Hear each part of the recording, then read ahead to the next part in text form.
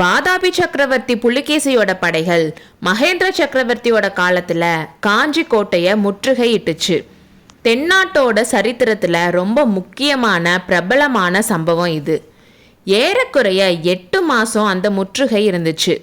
ஆனாலும் காஞ்சி கோட்டையோட மதில் கம்பீரமா தலையை தூக்கிட்டு நின்றுட்டு இருந்துச்சு.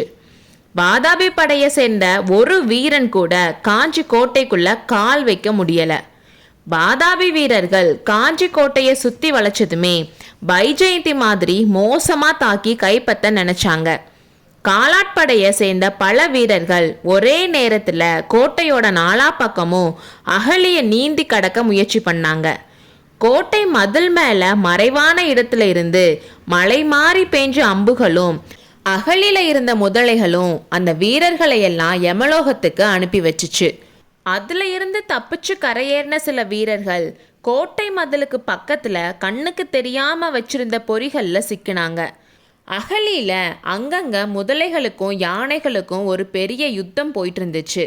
முதல் முயற்சியில தோத்ததுக்கு அப்புறம் கோட்டை வாசலுக்கு எதிரா அகழிய தூர்த்து கோட்டை கதவுகள் மேல யானைகளை வச்சு மோத வைக்க பார்த்தாங்க.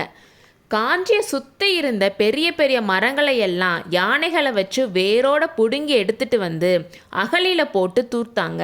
ஆனால் அது அவ்வளோ ஈஸியாக நடக்கலை. கோட்டை மதில் மேலே இருந்து பல்லவ வீரர்கள் எரிஞ்ச வேல்கள் யானைகள் மேலே குத்தி காயப்படுத்தினதில் அது திரும்பி ஓடி சலுக்கர் படைக்கு சேதத்தை உண்டு பண்ணுச்சு. ரொம்ப கஷ்டப்பட்டு கோட்டை வாசல்களுக்கு எதிராக அகழியை தூர்த்து யானைகளை வச்சு கோட்டை கதவுகளை முட்ட வச்சப்போ வெளியில் இருந்த கதவுகள் ஈஸியாக உடஞ்சிருச்சு. ஆனால் அந்த கதவுகளுக்கு உள்ள புதுசாக வச்சுருந்த கதவுகளில் நூற்றுக்கணக்கான வேல்முனைகள் வச்சுருந்தாங்க. அந்த வேல்முனைகளில் வேகமாக மோதிக்கிட்ட யானைகள் வழி தாங்க முடியாமல் பிளிறிக்கிட்டு அதுங்களுக்கு பின்னாடி இருந்த காலாட்படை வீரர்களை எல்லாம் நாசம் பண்ணிட்டு ஓடிச்சு. பெரிய பெரிய மரக்கட்டைகளை கொண்டு வந்து அந்த கதவுகளையும் ஒரு வழியாக உடைச்சிட்டாங்க. ஆனால் அந்த கதவுக்கு பின்னாடி வாசலை முழுசாக அடைச்சி வச்ச மாதிரி கருங்கல்லால் கட்டப்பட்ட கெட்டியான சுவர் இருந்துச்சு. இந்த மாதிரி ஏறக்குறைய 1 மாதம் கோட்டையை தாக்கி பிடிக்க முயற்சி பண்ணி அதில் தோல்வி அடைஞ்சதுக்கப்புறம் முற்றுகையை நீடிச்சு கோட்டைக்குள்ளே இருக்கிறவங்களை பட்னி போட்டு பணிய வைக்கலான்னு புலிகேசி முடிவு பண்ணான். வாதாபி படைகள் காஞ்சியை சுற்றி ரொம்ப தூரத்துக்கு கூடாரம் போட்டு தங்கிட்டாங்க. முற்றுகையை ஆரம்பித்து 6 மாதம் ஆனப்போ கோட்டைக்குள்ளே இருக்கிறவங்களுக்கு என்ன ஆபத்து வரும்னு புலிகேசி எதிர்பார்த்தானோ அது வாதாபி படைகளுக்கு ஆச்சு. லட்சக்கணக்கில் வீரர்களும் ஆயிரக்கணக்கான யானைகளும் மாடுகளும் ஒரே இடத்துல இருந்துட்டு எவ்வளோ நாள் தான் சாப்பிட முடியும்? பல்லவ சைன்யம் வடபெண்ணையில இருந்து காஞ்சிக்கு வரப்பவே வாதாபி படைகளுக்கு சாப்பாடு எதுவும் இருக்கக்கூடாதுன்னு நல்லா தொடச்சி எடுத்துட்டு வந்துட்டாங்க.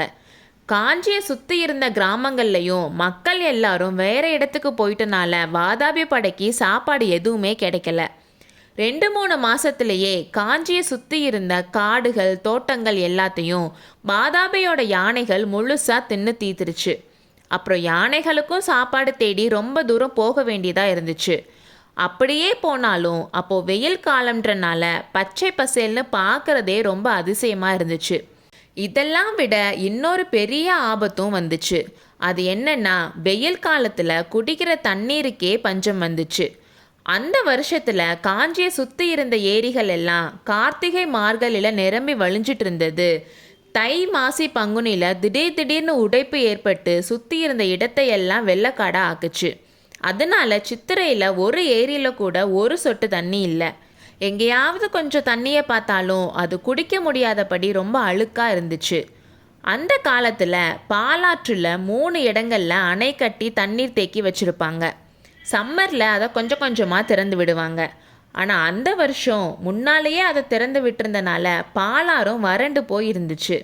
பாலாறு வறண்டு போனனால காஞ்சியையும் கடலையும் ஒன்று சேர்க்கிற கால்வாயிலையும் தண்ணி வற்றி போயிருந்துச்சு. கோட்டையை சுற்றி இருந்த அகழி தண்ணீரோ ரத்தமாக இருந்துச்சு. நிலைமை இப்படி இருக்கனால லட்சக்கணக்கான வீரர்கள் அவங்களுக்கும் யானைகள் குதிரைகள் எல்லாத்துக்கும் பாலாற்றில் ஊத்தெடுத்து தான் தண்ணி குடிக்கிற மாதிரி இருந்துச்சு.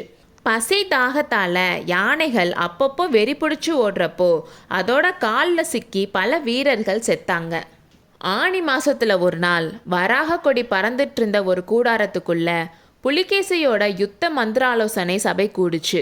இதுக்கு முன்னாடி நம்ம வடபெண்ணை நதிக்கரையில் நாம் பார்த்த அதே தலைவர்கள் கீழே விரிச்சிருந்த கம்பளத்தில் உட்காந்துருந்தாங்க.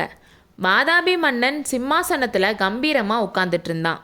முன்னை விட இப்போ புலிகேசியோட முகத்தில் கோபமும் கடூரமும் அதிகமாக இருந்துச்சு. எல்லாரையும் பார்த்து புலிகேசி பேச ஆரம்பித்தான். இந்த மகேந்திரவர்மனோட அப்பா பேர் சிம்ம விஷ்ணு, அவன் மகன் நரசிம்மன். ஆனால் மகேந்திரனோ நரியா இருக்கான். வலையில் நரி புகுந்துக்கிட்ட மாதிரி இவன் கோட்டைக்குள்ளே புகுந்துருக்கான். நரி வெளியில் வரும்னு எவ்வளோ நாள் தான் காத்துட்ருக்கிறது? உங்களில் யாருக்காவது ஏதாச்சும் யோசனை இருக்கான்னு கேட்டான். யாருமே வாய் திறந்து பேசலை. ஏன் எல்லாரும் அமைதியாக இருக்கீங்க? வெற்றி மேலே வெற்றி வந்தப்போ நீன்னு யோசனை சொல்ல எல்லாரும் வந்தீங்க. யோசனை தேவைப்படுறப்போ வாயை மூடிட்டுருக்கீங்க. நம்ம பிக்ஷு மட்டும் இப்போ இங்கே இருந்தான்னு சொல்லி புலிகேசி பெருமூச்சு விட்டான். அப்போ ஒருத்தன், பிரபு, பிக்ஷுவை பற்றி எந்த விதமான செய்தியும் கிடைக்கலையான்னு கேட்டான். பிக்ஷு கிட்ட இருந்து செய்தி வந்தே ரொம்ப நாள் ஆச்சு.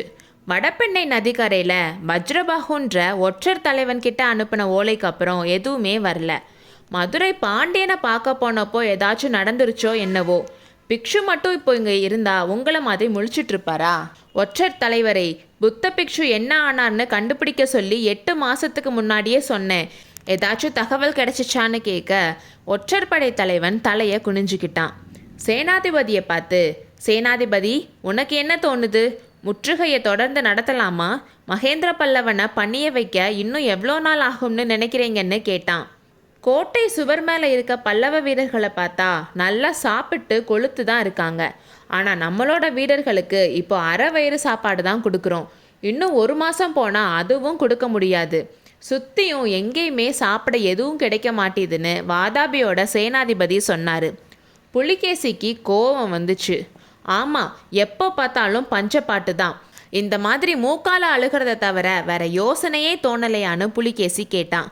அவன் கேட்கவும் இன்னொருத்தன் சொன்னான், பிரபு, காவேரி கரையில் 6 மாதமாக பாண்டிய மன்னன் காத்துட்ருக்காரு. சோழ நாட்டில் போன வருஷம் நல்ல விளைச்சல் இருந்தனால தானியங்கள் நிறைய இருக்குது. ஜெயந்தவர்ம பாண்டியருக்கு ஓலை அனுப்புனா ஒருவேளை அவர் உணவு அனுப்பலாம்னு சொன்னான். இதை கேட்டு புலிகேசி கொஞ்ச நேரம் தீவிரமாக யோசனையில் இருந்தான்.